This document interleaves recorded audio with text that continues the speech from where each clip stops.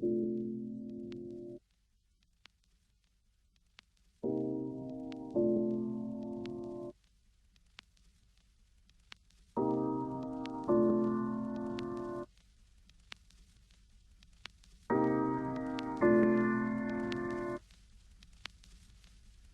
goes E and A for E and A, and A and R for Ace Rock, R for Remedy, and T for the Thought.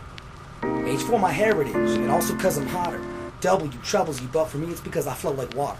O for how I overthrow the undertow of tongue spit flow, punisher of all my tongue split foes. R for a reason, a point, a fucking purpose, and an M to represent that my mind's malnourished.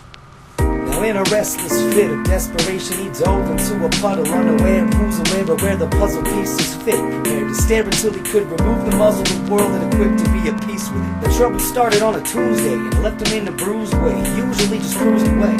But this day he saw the path that he had chosen, and it left him feeling frozen and broken. Unspoken words caught in his vocal cords as he choked some more. The same unspoken words that could provoke a war. He gripped a pencil and wrote some more. At this point, still didn't know who or what he was writing for. But it soothed the problems better than the pills, cause the doctor's pills made him ill, but the lyrics made him feel real.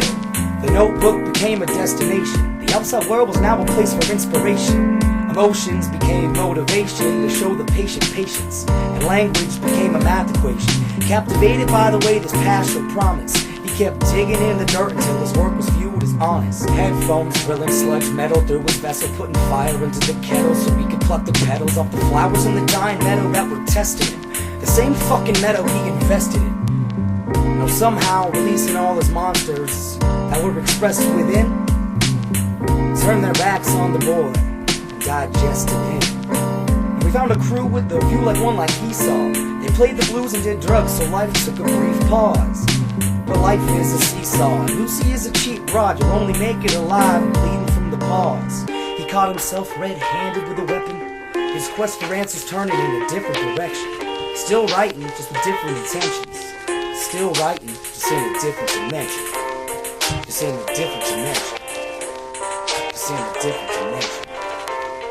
It is a different dimension. Then we found some beats and made a record to recover. Called his brother who's an artist and told him to paint the album cover.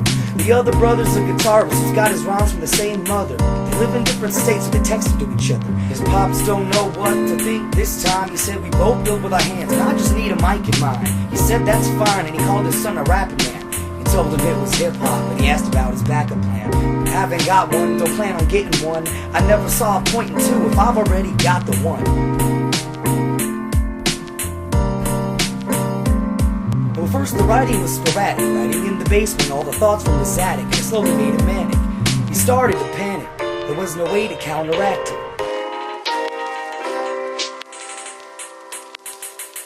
So he dove deeper into the puddle, and all of a sudden thoughts were swallowed. He left through the pothole, but his body didn't follow.